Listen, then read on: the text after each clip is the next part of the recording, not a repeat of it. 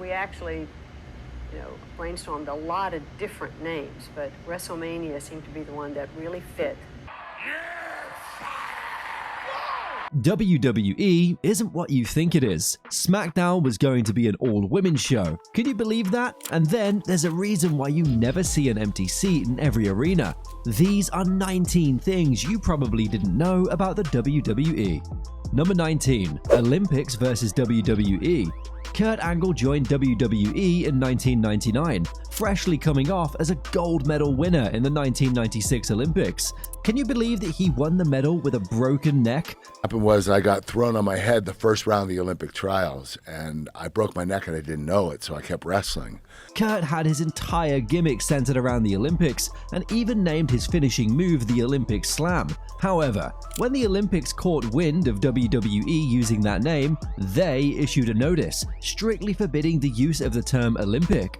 The Olympics had copyrighted the name, and WWE had to pay substantial fines if they were taken to court. Nobody likes going to court, so in response, WWE quickly took the corrective action by offering an apology. Kurt Angle was directed to change the name of his finishing move to the Angle Slam to avoid any legal battles. At number 18, you probably wondered why you never see an empty seat at every show. I mean literally, there is not a single empty seat. Well, what WWE will do if a fan has to get up for any reason? The WWE has seat fillers on standby to sit in their seat until they get back. But what if they don't sell all the tickets? Well, they'll have a seat filler fill in the seat for the whole show. Now, this is a very smart move. Hey, listen, I'm a seat filler. I'm with WWE. I'm only sitting here until you get back. Number 17. Uncooked Raw. With over 1,500 episodes, Monday Night Raw stands as the backbone of WWE by drawing in over 2 million viewers each week. However, the original plans didn't involve naming the show Raw. Before Raw was launched in January 1993, WWF was in search of a catchy name that would align with Vince McMahon's vision. Former Vice President of Business Operations Dick Glover proposed the name Uncooked Raw, and everyone in the room agreed that the name encapsulated the essence of the show. Fortunately, someone suggested they should drop the word uncooked and simply call the show Raw instead. If we're being honest, Uncooked Raw sounds more like a dish that's uncooked. Number 16. Plane Ride from Hell. The infamous Plane Ride from Hell remains a stain WWE wishes to erase from its record. In May 2002, after the Insurrection PPV, all wrestlers were returning on a WWE chartered flight from the UK to the US. During the flight, Mr. Perfect was heavily intoxicated and playfully put shaving cream on Brock Lesnar's head, triggering Lesnar's anger. This escalated into a brawl at 3,500 feet, with Lesnar slamming Mr. Perfect into the emergency door, nearly opening it and putting everyone's lives in danger. On an episode of TNA, Mr. Perfect bragged that he was the guy who took Brock Lesnar down at 3,500 feet. I'm the guy who took down Brock Lesnar at 35,000 feet. Don't forget the fight that included some of the biggest names like The Undertaker, Vince McMahon, Triple H, Kurt Angle, and Paul Heyman. In the aftermath, several wrestlers were suspended and fired. To make matters worse, just one day after this disastrous incident, WWF changed its name to WWE following losing a lawsuit. Number 15. John Cena was nearly fired. John Cena stands as one of WWE's most iconic stars, and it's challenging to envision the wrestling landscape without his influence. However, there was a critical juncture early in his career when the future 16-time world champion faced the reality of him being fired. During his rookie year on the main roster, Cena resorted to being a personality that nobody liked. In a 2012 interview, Cena revealed, "When I was just wearing boots and tights, nobody in the company liked me. I know Vince McMahon won't admit this, but he wanted me fired. Triple H wanted me fired. Everybody hated me. They just wouldn't give me a forum to showcase my talents." The pivotal factor that prevented Cena's departure was the backstage support of Stephanie McMahon, who supported him. Number 14. The Shield without Roman Reigns. The Shield stands as one of the greatest WWE factions of the 21st century, achieving unparalleled success even after their breakup in 2014. However, if the original plans had been followed, the Shield might have taken a completely different route. In 2014, CM Punk was on the Art of Wrestling with Colt Cabana podcast and shared that he was the mastermind behind The Shield, originally consisting of Dean Ambrose, Seth Rollins, and Chris Hero as its members. They wanted Roman Reigns, Punk recalled. They came to me and they were like, "What about Leaky?" I didn't. It wasn't my hill to die on. I said sure, it made sense to me. Oh, they want their guy in. He's the pretty guy. But that's good because this guy can learn from working under me. However, Vince McMahon and Triple H ultimately decided to replace Chris Hero with Roman Reigns at the last moment. Roman Reigns even considered this revelation on Talk is Jericho. While WWE deviated from Punk's initial idea, in hindsight, it's hard to dispute the decision. Subsequently, Roman Reigns has ascended to remarkable heights, holding the WWE Undisputed Championship for over 1,000 days. Number 13. Vince McMahon wanted to be a wrestler. Vince McMahon's goals and vision aided in propelling WWE to a higher level, establishing him as one of the best bookers of all time. Yet, many fans may not be aware that Vince initially aspired to be a wrestler, and he started in high school. However, Vince's father, Vince McMahon Sr., persuaded him from becoming a performer, urging him to distance himself from wrestlers and shows. As revealed in an appearance on WWE's Bump, Steve Austin shared more insights. He remarked, "Well, you know, Vince always wanted to be an in-ring performer, but his dad wouldn't let him, so he just turned into the greatest promoter of all time. This window of opportunity opens up organically, so we could start feuding together, and that is what puts him in the ring." Vince was not the most graceful human being in the world. I say that with all due respect because I love working with him. Vince's aspirations became a reality when he stepped into the ring for the first time against Stone Cold Steve Austin, and later against Shawn Michaels and Hulk Hogan. Number 12. Wrestlers are independent contractors. Like any other corporate giant, WWE also has its shady ways of conducting business. While WWE superstars are contracted employees, Vince McMahon's company still treats them as independent contractors. This means, while the employer can enjoy all sort of control and authority over its employees, superstars do not reap the full benefits of the independent contractor status. Being an independent contractor comes with both advantages and disadvantages. On one hand, wrestlers are responsible for covering their own travel and hotel expenses. However, on the flip side, they enjoy the benefit of not having taxes deducted directly from their paychecks. Number 11. Smackdown was going to be an all-women's show. When Smackdown made its debut in 1999, WWE initially toyed with the idea of making it an all-women's show. The women's division in the late 90s included talents like Jacqueline, Ivory, Tori, Marlena, Vashon, Chyna, and Sable. The plan didn't come to be because there wasn't enough female wrestlers on the roster at the time. The following year, both Trish Stratus and Lita would debut for the promotion as well. While it's not clear how seriously WWE considered an all-women's SmackDown, it's suggested that if they had more female wrestlers on the roster back then, it may have been a reality. Number 10. A fan once sued Triple H, The Rock, and WWE. Judgment Day 2000 is remembered for the brilliant Iron Man match between The Rock and Triple H, which saw Shawn Michaels as the special guest referee, and the return of The Undertaker. However, during this match, a fan was injured as The Rock and Triple H fought their way through the crowd. The boy was just 7 years old and was accidentally pushed by a falling woman and ended up having her fall on him.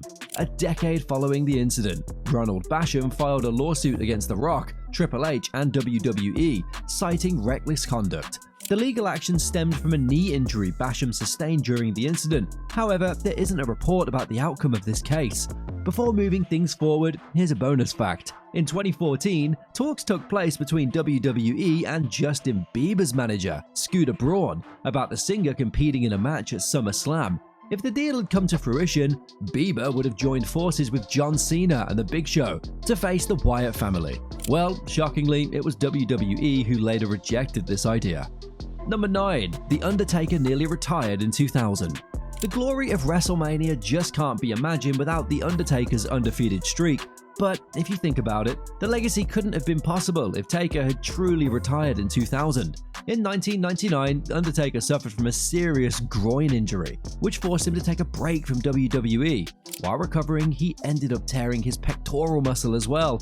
During this time, Undertaker really thought about retiring from wrestling, as the two injuries have made it impossible for him to start from scratch and train. And by this point, he was already a veteran, and his body had begun to break down. Fortunately, he didn't go through with his plan, and returned to the WWE 8 months later with the legendary American Badass character. Number 8. John Cena's shocking SummerSlam record. Despite being one of the biggest faces of WWE, John Cena's track record at SummerSlam tells a different story. Between 2011 and 2015, he competed for the WWE Championship on 5 occasions and faced defeat each time. If we rewind further, Cena's success at SummerSlam has been limited, with only 1 singles victory since 2007. Out of the 14 singles matches he participated in, he emerged victorious only 4 times. Notably, his most significant loss occurred in a one-sided beatdown by Brock Lesnar in 2014.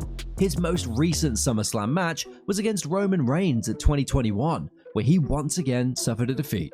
Number 7. Royal Rumble almost didn't happen.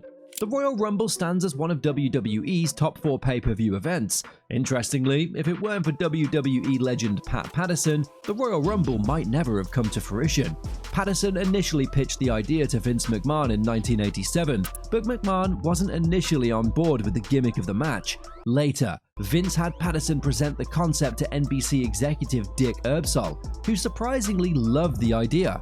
Following the success of the broadcast special, the Royal Rumble match evolved into its pay-per-view event the following year. Number 6. The Undertaker kicked off this WrestleMania tradition. Pointing at the WrestleMania sign has become a legendary tradition for Royal Rumble winners. Although John Cena is often credited with initiating this tradition in 2008, it was, in fact, The Undertaker who truly kicked off this trend. Following his victory at the 2007 Royal Rumble, The Undertaker became the first person to point at the WrestleMania sign at the No Way Out PPV, setting the stage for this iconic gesture. It's possible that John Cena drew inspiration from The Undertaker and subsequently continued the tradition, making it a staple moment for Royal Rumble winners. Number 5. The government thought a WWE storyline was real. WWE has had its fair share of scripted arrests involving superstars, and it's widely understood by fans that these incidents are part of the entertainment and not real. However, in a comical misunderstanding, the US government mistakenly believed that Ronda Rousey had genuinely been arrested. This confusion occurred at the beginning of the COVID-19 pandemic in 2020, when the Donald Trump administration compiled a list of celebrities for public service announcements. Among the names was Ronda Rousey, and in the additional notes section, it mentioned her WWE arrest in 2019. The confusion likely stemmed from a segment that occurred on the final Raw episode before WrestleMania 35 in 2019. During that episode, Becky Lynch, Ronda Rousey, and Charlotte Flair were seemingly arrested after a chaotic brawl. Despite it being part of the script, the Trump administration seemingly took the storyline as a real incident involving Rousey. Number 4. WWE's darkest year. The year 1995 marked a challenging period for WWE as the company faced various obstacles. The emergence of WCW's Monday Nitro, Mabel winning King of the Ring, and Diesel holding the WWF Championship was detrimental for Vince McMahon. PPV sales, house show and event attendance, and ratings all saw a decline. Financially, 1995 was a particularly tough year for WWE, resulting in a loss of $6 million. Number 3. Brock Lesnar vs. WWE. Brock Lesnar perhaps had the greatest rookie year in WWE history, but shockingly, he left the company in just 2 years in 2004. The departure was far from amicable, as WWE prevented him from competing in other promotions until June 2010. Unhappy with this restriction, the Beast filed a lawsuit against WWE in February 2005. This legal battle ensued for a considerable duration, resulting in a tug-of-war between Lesnar and the WWE. Ultimately, WWE opted to settle the dispute. Brock's lawyer commented on the settlement, stating, "Although the settlement with WWE does not give Brock the clear-cut court victory he was looking for, it does provide him with the certainty he needs to pursue new ventures while he's still in his athletic prime." Number 2. Several WWE wrestlers hold Guinness World Records. several WWE wrestlers have etched their names into the prestigious Guinness World Records. Randy Orton holds the record for participating in more PPV matches than any other male wrestler in history. John Cena boasts the record for granting more Make-A-Wish than anybody else. Vince McMahon holds the record as the oldest world champion in WWE history, securing the title at the age of 54. Stone Cold Steve Austin earned his Guinness World Record by becoming the first and only WWE superstar to win the Royal Rumble on 3 separate occasions in 1997, 1998, and 2001. In contrast to other wrestlers, The Undertaker holds multiple Guinness World Records for having the longest WWE career, including another record for his legendary WrestleMania streak. Number 1. Vince was initially not the complete owner of WWE. The major misconception regarding Vince McMahon's reign in WWE is that he acquired the company completely from his father. However, initially Vince only had 50% of the ownership, and the other 50% was owned by Gorilla Monsoon, Arnold Scarland, and Phil Sacco. Vince, however, did not want his company to work in such a way, and decided to buy out the whole thing. He offered all 3 men a job for life within the company, and a payment of $100,000 up front, which they agreed. Once the deal was struck, Vince owned the company, and he had the freedom to do whatever he wanted. With this freedom, Vince went on to revolutionize the wrestling business. Now that you know a few facts about the WWE, how about watching this video to check out what wrestlers really hated each other, or who still do?